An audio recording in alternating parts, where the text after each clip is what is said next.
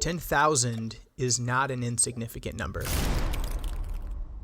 And I thought for a while about how to celebrate 10,000 subscribers on YouTube. And I figured a cool way to celebrate would be to look back at my time on the platform and where we've been since March 23rd, 2013. What's going on, YouTube? This is Arma 3, and we're playing Wasteland, 404 Wasteland. That was the first time I ever uploaded to YouTube. First time I ever uploaded to this channel. The channel was called Controlled Pairs Gaming, but it didn't have its own custom URL or channel art or a trailer or a motto or any sort of branding or any vision. It was just me playing Arma 3, the alpha version of a game mode called Wasteland, which was the player versus player content available during the Arma 3 alpha period. And it was a 49-minute, 17-second uncut gameplay that somehow still managed to get 614 views. I really enjoyed my time in Arma 3 back then. After I uploaded that first uncut video, the response was reasonably positive, but most importantly, it got my creative juices flowing, and I was excited to share more content and more experiences from that game. I wasn't really dead set on starting a YouTube channel. It was never really part of the plan. It was just me sharing videos with my friends and trying to capture these fun little moments in a creative way. It led me into a series that I called Spray and Pray. I ended up doing 4, 6, 8, I don't know, different versions of these Spray and Pray series. It cut down that 49-minute gameplay into a short, Windows Movie Maker 2 to 5 minute edits of these small engagements that mostly occurred in the Arma 3 Wasteland mod. Sometime after that, I decided it was time to make a trailer, and I made the cringiest, just lowest production quality, but kind of funny and endearing 1 minute, trailer for the channel. It was all set in Arma 3. And at the time, I didn't even have a G in the channel name because it was taken, I think. I called it Controlled Pairs Gamin, Gamin. And I feel like at the time there was like a limit to the number of letters that you could have in a channel name, so that's how it got cut down. I don't know. There was some justification. Since then, I've changed it. I think you can still type in Controlled Pairs Gamin without the G into your search bar, like youtube.com/that, and somehow it'll still redirect you to my channel, which is funny. It was after that I started playing some other games. I introduced Kerbal Space Program to the channel for the first time, and I did some space station construction stuff. Kerbal Space Program was one of my favorite games of all time, still is, frankly, and I played it very early on in its life cycle. The first time it appeared on the channel was the 17th of May, 2013. That video got 46 views, and it was me trying to put a satellite together in low Kerbin orbit. It's a really niche game, but it's incredibly popular. Back then, less so, but since then, millions and millions of people have played it, and it's just gone over the moon with success. It's difficult to play it nowadays on the channel because it's just so different than the audience that I've managed to garner. You guys tend to like my military simulation content. You like tactical shooters. You like war games. You like more narrative-style, compelling combat games, and so that's what I've been featuring on the channel as of late and what I plan to continue featuring long into the future. But that first introduction of Kerbal Space Program to the channel led to a long period of time. I'm looking through my videos now, and it looks like the first one was on May 7th, and I continued uploading Kerbal Space Program off and on for the rest of 2013 and 2014, and then the last video during that little push looks like it occurred on the 10th of June 2015, which is right around the time that Rocket League released. What it is, I am Controlled Pairs with Controlled Pairs Gaming, and it is good to be back. Completely different than Arma, completely different than Kerbal Space Program, but it launched into a period of time where I began making Rocket League content. Rocket League, super simple, esports style, 3 versus 3 arcade sports game where you drive these little race cars around and collect little pallets of boost and then use those race cars to play soccer against an opposing team. It's a really simple concept done extraordinarily well, and the game has incredible depth for the simplicity that it really has. During that time that I was releasing a bunch of Rocket League content, I also released a video called What is Controlled Pairs Gaming, and it was the first time that I'd really looked at the channel as something that I wanted to commit to trying to turn into something. We're talking August 2nd, 2015 now. I released this video. It was the 50th one that I ever released, and I wanted to describe exactly what the channel was and set a goal or kind of a brand or a focus area for the channel. For this, my 50th video, I felt that it was important to take a moment to pause and express who I am, what this channel is, and why I do what I do. So who am I? I'm Controlled Pairs, a hardcore casual gamer constantly in pursuit of the next incredible moment in gaming. Over the course of really the next year or year and a half, it was more of the same. A lot of Rocket League, a lot of Kerbal Space Program, a lot of Arma. It was games that focused on skill and ones that I was just passionate about. I've always been attracted to games that require mastery, that are difficult, that have a learning curve, that reward you for really diving in and struggling with the concepts and doing everything you can to learn from them.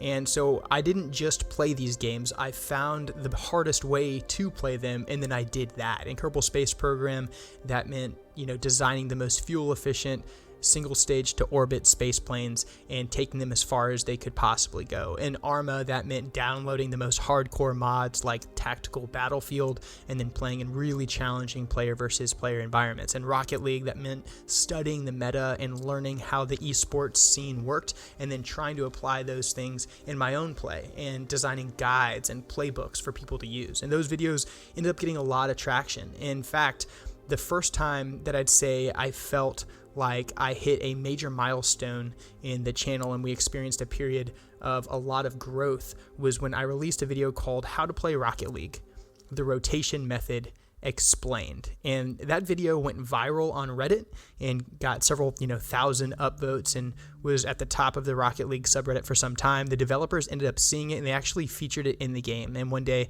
I turned on Rocket League and I saw there was a call out box on the right side of the main menu and it said Rocket League How to Play It by Controlled Pairs Gaming. And it just took me aback. It blew me away. The devs never reached out. They just threw it there on the front screen. And it felt like overnight I went from, 20 or 30 or 40 subscribers after periodically uploading for over a year to nearing 1,000 in a really short period of time. But the one challenge the channel had throughout this whole time was there was no focus. I played games that were just so different from one another and there wasn't really a central theme. So people were subscribing because they liked my KSP content, but then unsubscribing because they didn't like my Rocket League content, or they were subscribing because they liked my Rocket League content and then they were unsubscribing because they didn't like my Arma 3 content. So the challenge is how do you tie these things together? And that's what really niched me down to where we are today. On the 5th of January, 2019, after a break of a lot, a lot. So on October 27th, 2015, I uploaded the final video, I would say, to my YouTube channel. And then I took a break for several years. The next time I came back was on the 5th of January, 2019. And I uploaded a video called Dear Dad, a post-scriptum gameplay cinematic.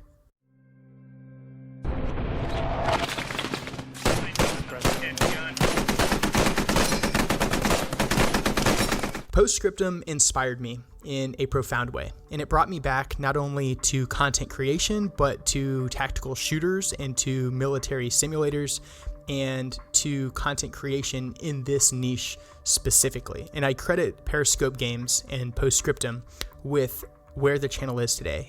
Without Postscriptum inspiring me to come back to the scene, as it were, in January of 2019, we would not be where the channel is today. I mean, I came back to the channel around that time. I think I had 11 or 1,200 subscribers. And then after I uploaded that video and I was just so inspired by the game and how immersive it was and how interesting it was, and there was just nothing else that came close to it. And by the end of my time uploading Postscriptum content, I was a partnered, Postscriptum creative partner. I had a great relationship, and I still do, with the community manager. I had interviewed the CEO of Periscope Games with the community manager, Snazzy Duckling. Flash out. I typically play section leader in Postscriptum. In this video I didn't. I played medic. You see, I saw my buddy Wolfpack345 streaming Postscriptum and I had to jump in. So why don't you introduce yourself, tell us what you do at Periscope, and what you're doing on Postscriptum. We can start with Snazzy and then go to Breeze. Yeah, so my name is Henrik Christensen, or Snazzy Duckling. I'm the community manager here at Periscope Games. And I'm Roman. I'm creative director and CEO at Periscope Games. So my role is I do a bit of everything. And learned a lot about the project and what was in store for its future. And I remain connected to that community and remain committed to supporting Periscope and Postscriptum even today. And it still took me some time over the last 2 years to figure out how to be a content creator, how to upload and be successful on YouTube. And I don't think anyone ever actually masters it. We just start figuring out some patterns that generate some level of consistency, and then we reproduce those patterns over and over again with varying degrees of success and trying to kind of tweak our style throughout. I would say that if this wasn't fun, I wouldn't do it. I love the games I play, and I equally love making videos and telling stories in the games that I play. And I wouldn't do any of this unless I had a tremendous passion for both of those things. The benefit of doing it, of course, is I end up making friends. You guys, the people that watch my videos, the people that hang out my Discord server, the people that play games with me, the people that comment in my videos.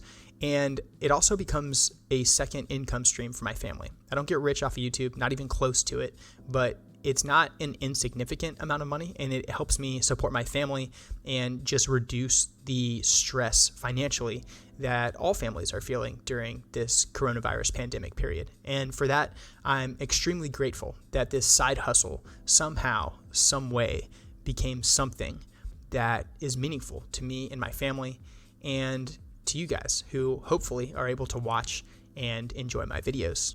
I published that first Postscriptum video almost 2 years ago, and since then, we've introduced a lot of new games to the channel, like Hell Let Loose, and Squad, and Insurgency Sandstorm, and more recently, DCS World, and IL-2 Sturmovik, and even more recently, Door Kickers 2 Task Force North.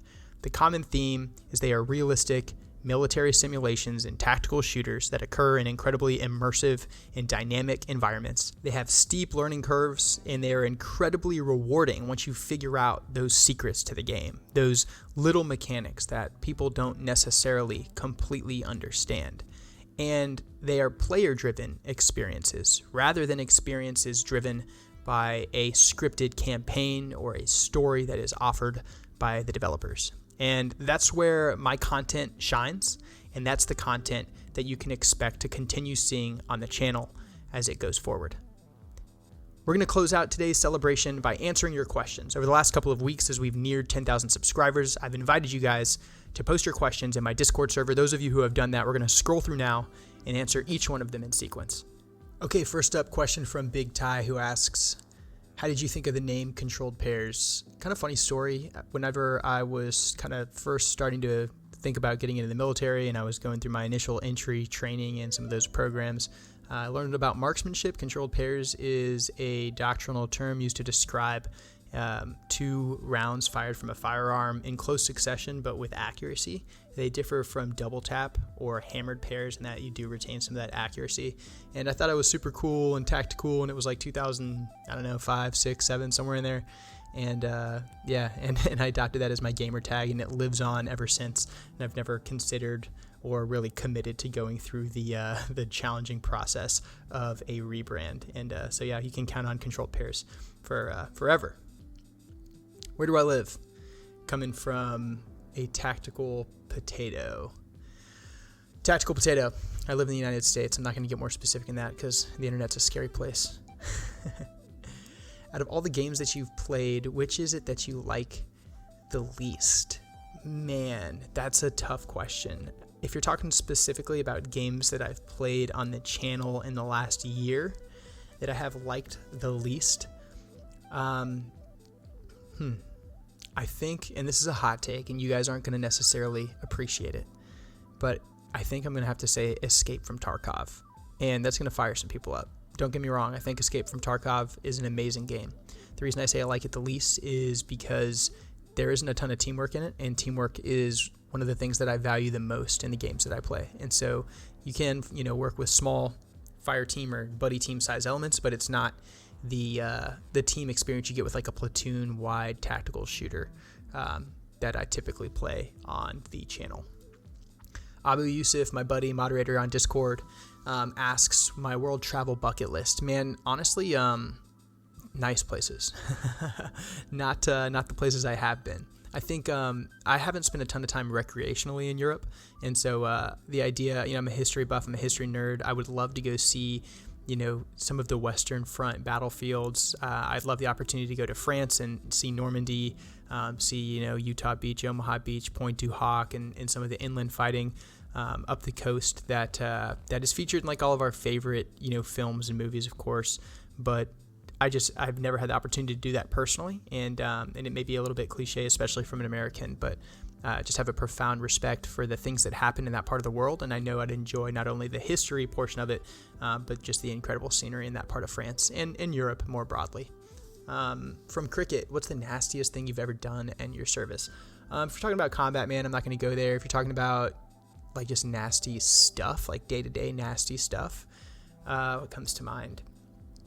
I guess more recently, ish, I was in a challenging course a while back, like a really hard course a while back, and we had to move a very long distance with rucksacks on our back and under heavy load, and my body kind of just failed me, and successfully completed the course and everything went great, but after that ruck march, I had such bad chafing from the moisture. I was moving like in rain and swamps and stuff like that, but it had such bad moisture that it caused chafing around my hips, and it looked like I had like a flesh belt underneath my blouse all the way around my torso, and it just removed all the skin off of that part of my body. My feet were equally as tore up, but it was I don't know about the nastiest thing I've ever done, but certainly the nastiest my body has looked in the service.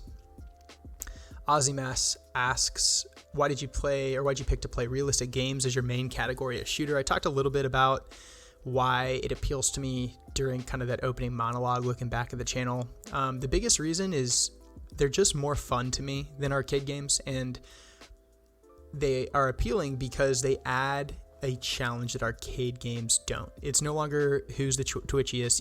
You actually have to factor in decision making and critical thinking and a different set of skills than arcade shooters have. Most of them have a really fast time to kill. Most of them have a punishing respawn time. Most of them have leadership and teamwork mechanics that appeal to me.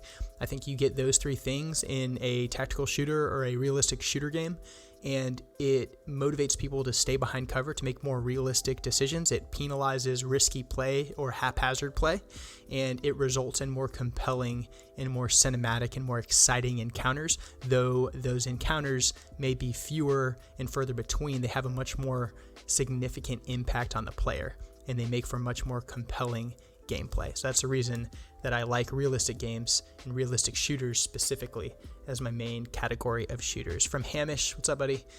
What's your biggest tip in getting started with pubs, servers for your videos? If you're talking about just like playing on a public server and getting into these like shooter games, my biggest tip is make sure that you're communicating and go in eager to communicate, and then go to servers where there are veterans, not real world veterans, but veterans of the game playing. So you need a really good squad leader. You need people who are going to want to communicate around you, and then you want to choose kits. So like squad, postscriptum, hell let loose, choose kits that are beneficial to your team, but not incredibly complex.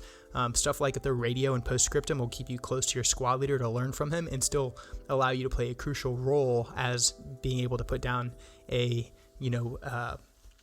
more powerful rally point for your squad. And hell let loose or in squad, playing medic is a really good choice because medic mechanics are really simple, but it's a really valuable kit that you can play for your team, and it adds more frequently than just playing say rifleman, although there's nothing wrong with playing rifleman either. Classified, how long have you played milsim games? Man, forever. I mean, like the first computer games I played were milsim games, flight simulators and milsim games, looking as far back as like Operation Flashpoint, like the original one, Lock On, Modern Air Combat, all the Janes series, old F-18, Desert Storm games. I mean, for as long as I can remember, the games that I've played on computer have been simulation games. They've been realistic hardcore shooters, not always military simulation, but always kind of within that niche. Galactic Guitar asked, what other games do you like besides milsims or tactical games? I alluded to two of my favorites earlier. That's Rocket League and Kerbal Space Program. Rocket League and Kerbal Space Program are both challenging games that require a level of mastery and skill. Kerbal Space Program still provides for like the creativity that I make YouTube videos. Like I'm a naturally creative person, and Kerbal Space Program allows you to experiment creatively in a really cool little sandbox environment. So I like those two games a lot. May asks, is YouTube your career? And if so, do you think it will work out? Man, it's not my career, but I appreciate that you think I'm doing great. It's a side hustle, and it's one that I'm having a really good time experimenting with and playing around with. And it'll never be my full-time job. It's not a goal of mine. But if I'm still having fun, if I'm entertaining you guys and getting positive vibes all over the place, and it's still benefiting my family and I, then I'll continue to do it. What's your opinion on pineapple on pizza? From the Random Do 117. Bro, absolutely not. Pineapple does not go on pizza. Get out here. Classified, few other questions from him. What's your favorite milsim game? Oh man. So honestly, I don't think Squad, Hell Let Loose, Postscriptum, Insurgency Sandstorm, those games are not milsim games for me. Those are tactical shooters. They're platoon-wide, first-person tactical shooters with some military simulation features. So my favorite true military simulation game would be Arma. It is a true simulation. It's a giant sandbox. I just don't have the time to play it. I don't have the time to add it to the catalog. I don't have time to commit what it would take to be a part of a community that runs events and that sort of stuff. My favorite color is red. My favorite food, pancakes for breakfast. Snow crab legs are a big hit for lunch, dinner kind of meals for me. Why did I start a YouTube channel? I just want to share clips with my friends, man. I had a really cool experience in Arma 3 Alpha whenever it was first coming out, and I thought, why the hell not? I could just, save this and share it with some people, and maybe they'll get some entertainment and joy out of it, and they did, and it just kept going. What jobs have I worked with? So other than, serving, I've spent a lot of time in sales when I was younger. I paid for school early on and room and board with different sales job, knocking on doors, that sort of thing. And I flipped some burgers. I've worked in retail. I've worked in restaurants. Pretty much anything you need to do to get by when you're young, I've done it. And now I do different stuff. From Cricket again, what's your favorite non-milsim game? Kerbal Space Program, my guy. Kerbal Space Program. Cool Jaden asked, when did you join the military and what branch was it? I joined, a long time ago. And I'm not going to say the branch in this video for just privacy kind of stuff.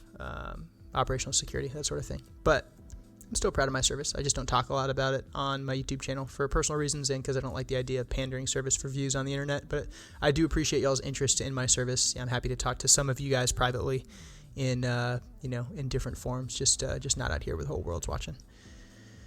Tally asks, can I join your video sometimes and make a collab with you? Dude, absolutely. I play with subs all the time. My biggest challenge is I'm strapped for time. Time is it's a commodity and it's a precious one. It's not one that I have a lot of. So when I play games, I'm recording almost all of the time. I only play 2 or 3 times a week.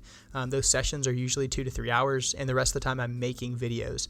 But my priority remains, my family. I'm an adult. I got a wife, kids, house, all that sort of stuff. So those things are more important to me than content creation. They're more important to me than playing games. So when I'm around, if you're on, I will always, drop a note on the Discord server saying that I'm playing a game. And whenever I do that, anyone around is welcome to play. Separately, executive members of the channel who pay $5 a month to be at that executive level, they get to hang out with me in a game of their choosing. I'll record a video and include them in it. That's one of the perks of being an executive member on the channel. Grass asks, how am I? How are you, bro? I'm good, man. Thanks for asking. I'm really excited about hitting 10K subs. It's a silly little milestone, but it's one that makes me happy. And so I am well for that reason. Thank you for asking. Galactic Guitar asks, what's your favorite music genre? Dude, I like all sorts of music. That's not a cop-out answer. That's a serious answer. I do like all sorts of music. I've been on a big Tyler Childers kick recently. I'm a big fan of great country music, some bluegrass, compelling singer-songwriter combos, compelling storytelling, and then, virtuoso musicians coupled with that compelling vocals and storytelling. So Tyler Childers embodies a lot of that. He's a Kentucky bluegrass guy from the U.S., and if you guys haven't dove down the Tyler Childers rabbit hole, you need to. Sniper, what's up, man? Thanks for stopping by. Sniper is the community manager bro dude at the Digital Logic PC Gaming podcast, which you guys need to check out, and he's a good friend of the channel. He asks, what's your greatest life accomplishment, and why did you set out to achieve this? That is a profound and deep question, my friend. I think it's my family. It is it's being a husband to my wife. It's being a father and a dad to my kids. Because I think, whatever you achieve professionally, however much money you make, whatever title you managed to secure in your professional endeavors, or climbing the corporate ladder, or how big your house is, or how much money you have in the bank. Those things are, they come a distant second to the stuff that matters most, which is your family. So I'm proud of having achieved the title husband and father to my wife and children, and I'll be my wife's husband and my kids' dad long after the other accomplishments of my life fade away. So that was a deep one. I didn't mean to get too sentimental there, but thanks for asking it. It's a really good question. Exterminator Z asks, how long do you plan to make videos for? Man, realistically, just because of kind of where I'm at with the rest of my life and professionally, I think I can probably do it for another 2-3 years before I've got other priorities that could surpass the content creation stuff. But bottom line, I'll do it for as long as I can. I will do it until someone forces me to stop, or until it's no longer fun, or until it's distracting me from things that are otherwise going on in my life. Twisted Jarhead asks, are you in the military? Really good question, man. Roasted Ted 88 asks, how did you come up with the idea of testing CQB theory in a video game? So I think we all have to have a comparative advantage in content creation. My comparative advantage is I try to do something different than other people who make shooter, content and simulation content. I try to tell a story in that content, paint a picture of a progression occurring. I try to inform, and if there's late breaking news, or if there's patches coming out, or if there's mods, those are things I want my audience to know about and I want to tell them about. And then one of the other comparative advantages that I have is I have real world experience in stuff like close quarters battle. So Door Kickers 2 provides the perfect platform to talk about close quarters battle. The mechanics are just they are designed for it, and they're perfect for it. And I am a subject matter expert in that area, and so it gives me a chance to communicate with an audience who doesn't do a lot of CQB anything in their life, and kind of just give them a small taste, a little peek behind the curtain, if you will, of what's out there, and give them a different take on it that hopefully they find enjoyable. Sir Nuggets Boy goes, do you have any future plans of playing with subs for fun? Yeah, man, kind of talked about this one already, but if you guys are ever in my Discord and I'm ever playing, I will always ping the looking for group channel and be like, yo, I'm getting in this game. If you guys want in, let me know. Separately, you guys are welcome to reach me out. My DMs are always open on Discord and Twitter. If you want to play, just shoot me a note, and if I'm available, I will frequently play, but just understand that I'm also making content constantly so that everyone can enjoy it, and so I can't just play one-off games all the time, because I'm just strapped on time, and every gaming session is a resource, unfortunately. It's an opportunity for me to create content, and so I'm as much content creator as I am gamer at this point. But fortunately, I love being both, so it's okay. It's not a net loss. Tact Gamer asks, you're very succinct in your monologues and explanations, especially CQB theory. Are you an instructor and educator in your role in the military? So I've never been in a billeted instructor or educator assignment. However, I have trained hundreds of people in that and in other things. I won't elaborate more than that, but I have done it a lot, and I feel really confident teaching or just telling people about it. Are your peers controlled? Yes, Electric Boogaloo, indeed they are. And then we talk about that for a bunch. Corporal Perry, Vsauce music. Okay, that's part of the joke. Got it. Corporal Perry asks, would you maybe try Teardown? It's a fun little game, and I think it'd be one for you in particular. Also, what would you do to celebrate 50 or 100K? So your first question, dude, I'll try Teardown. Sure, I don't know what that is, but I'll check it out. If it's dope, I'll definitely play it. And then what would I do to celebrate 50 or 100K? 50K, I don't know. Maybe a montage or something. I don't see 50K as as significant a milestone as 10 or 100. So 50K, I might just say thanks and do a montage or something. 100K, I don't know, man. If I ever get to the 100K level, that would be cool. That would be surprising. That'd be pretty amazing. 100K face reveal, maybe? I don't know. Depends on where I am professionally. But I don't want to commit to that. But yeah, I would, maybe I could do like a call and, go live with you guys and everyone just hang out and live stream some stuff or something like that. So I don't know. Brainstorming here. What would you have me do, Corporal Carey? for 50 or 100K sub celebration? What would you have me do? Meekly asks, what's your favorite game? And also, do you know when Door Kickers 2 will come to mobile? My favorite game shifts a lot. I'm sure you guys noticed that in like my patterns of uploads. I play and I post my favorite games, and it changes week to week, month to month, and I binge a lot. So like I'll go really, really hard on one game and just dump like 20 hours into it, and then I'll shift. So like today, right now, what's my favorite game? It's IL-2 Sturmovik. It's a great flight sim that I'm really into right now. That doesn't mean I'm not posting other stuff. I've got like Door Kickers queued up as we speak, and I'm still playing some squad. Played some squad last night with Karma Cut and some other dudes. So like, yeah, but right now it's IL-2 Sturmovik, and it'll be something different next week. Galactic Guitar asks, what's your fondest memory in the gaming world? What about outside of the gaming world? My fondest memory in the gaming world. This is a cool question. So in vanilla World of Warcraft, I was, I don't know, in middle school maybe, or high school. And I remember my first PvP encounter, my first open world PvP encounter. And a lot of you guys who maybe played World of Warcraft later on in life never experienced open world PvP back when that was the only way to fight other players. But my buddy and I were leveling. He was kind of, experienced in the game, and I was a low B. I was probably like a level 12. We were hanging out in Central Barrens and at the Crossroads, and we were moving up north into, what is that, Stone Talon Mountains, I think, to the north. And then right on the border of the Barrens and Stone Talon Mountains, we came across this freaking night elf. I think it was a night elf rogue, and it was the first time I'd ever seen an alliance character, and we were playing Horde. And my buddy was like, yo, look right there, let's kill him. And like in that moment, we hunted down that dude, and we ganked him. And it was the first time I'd experienced PvP in that game, and it was just like something clicked.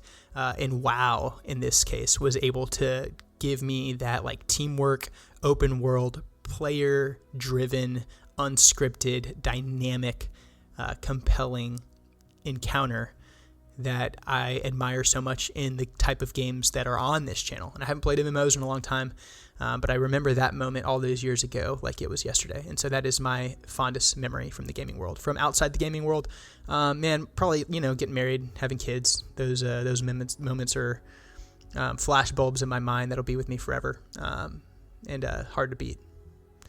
Askcross says, how long are you making videos and playing the most immersive games? Been doing it since forever. First upload of the video, as I said earlier, this video was at 2013, I think. And then plan to do it for as long as I can, man. As long as I can. Thanks for the question. Vigilant asks, do you like PewDiePie? Yeah, bro. We all like PewDiePie. We're gamers. If you don't like PewDiePie, get lost. Twisted Jarhead asks, what was the first FPS you ever played? I actually played the original Wolfenstein. Back when it was that the first FPS ever? Was it? I don't know if it was or not, but I did play the original Wolfenstein, and I do believe that it was the first FPS that I ever played.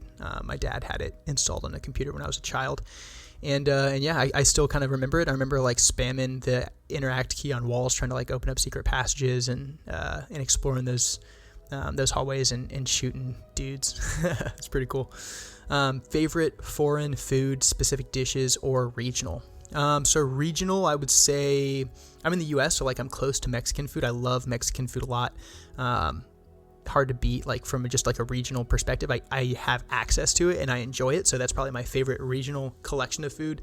Specific dishes, I would say this is like a strange one, but naan. It's a flatbread common in Southwest Asia and the Mideast that I've been able to enjoy, made by local folks several times throughout my life. And sometimes like the quality of the naan depends on who makes it, but I've always enjoyed it, sometimes for the taste, but sometimes for the places that I'm at and the things that I'm doing, whenever I am able to enjoy that dish and the people that I'm with. So favorite regional foods are from Mexico. Favorite food that is foreign to me anyway, individual dish would be naan, that flatbread. Okay, and then the final questions from Ribeye. Final questions. As a veteran, what do you find exciting in simulation games that relates to your personal experience? Are you searching for those same feelings you have in the Army and games? How do you think the two relate? That is a really good question. I'm glad someone asked it. I don't compare my experiences in service with the games that I play directly. They're just very different. And being in the military is really boring, and games should not be boring. I don't like and I don't participate in milsim communities that have like these really vigorous rank structures and basic training and like, you know, where they're simulating the unfun stuff. Not saying that war is fun, but it is more exciting and certainly different than those other things. And so like I don't really connect the two a ton, although there's some mechanics, you know, some way that you manipulate your weapon and your person that are similar, of course. Are you searching for the same feelings you have in the Army and games? I'm not really. Sometimes things you learn in the military apply in games. Sometimes things you learn in games apply in the military. Frequently, neither do. But as we've seen in door kickers and kind of some of the ways you can communicate in other tactical first-person shooters, there are ways to incorporate real-world tactics into games, and I think that is fun. It is compelling, and because, you know, that is something that I've been professionally committed to for a long time, it's a cool way to play games, and it's a fun way to play games, and I think it's something that you guys enjoy from time to time, and so that's kind of why I do it. Yes, how do you think the two relates? Yeah, I think we've kind of answered that one. How old were you when you started gaming? I was a child, man. I remember playing Duck Hunt on the NES, you know, as a kid, when it was relatively new technology. So very, very young. And if you had to choose, damn, that's a hard question. If you had to choose one game to play for the rest of your life, what would it be? Well, golly, that's hard. That is really hard. I think it would be Arma. I don't play Arma right now, but it's a giant sandbox with limitless possibilities. And I think that given time and the right community, you can modify that game to be whatever you want, and you can do anything in it. And I would ask that maybe it's the next gen Arma. So Arma 3 is kind of dated at this point, but I'd wait for an Arma 4 probably. And I think that would be the game that I play for the rest of my life if I was forced to, but hopefully never comes to that. Guys, I'm incredibly humbled to have hit this milestone. It may not seem like a huge deal to you guys. It is a huge deal to me. It feels that way, and it's not lost on me that you support me in small ways by subscribing and watching my videos, in big ways by becoming members of the channel and hanging out in Discord and being my buddies on the internet. And I'm thankful for each of you that takes the time to do this stuff. I hope that you'll be here at the next milestone. And with that in mind, I'm Controlled Pairs, and I play the most immersive PC games in the world. I'll see you in the next one.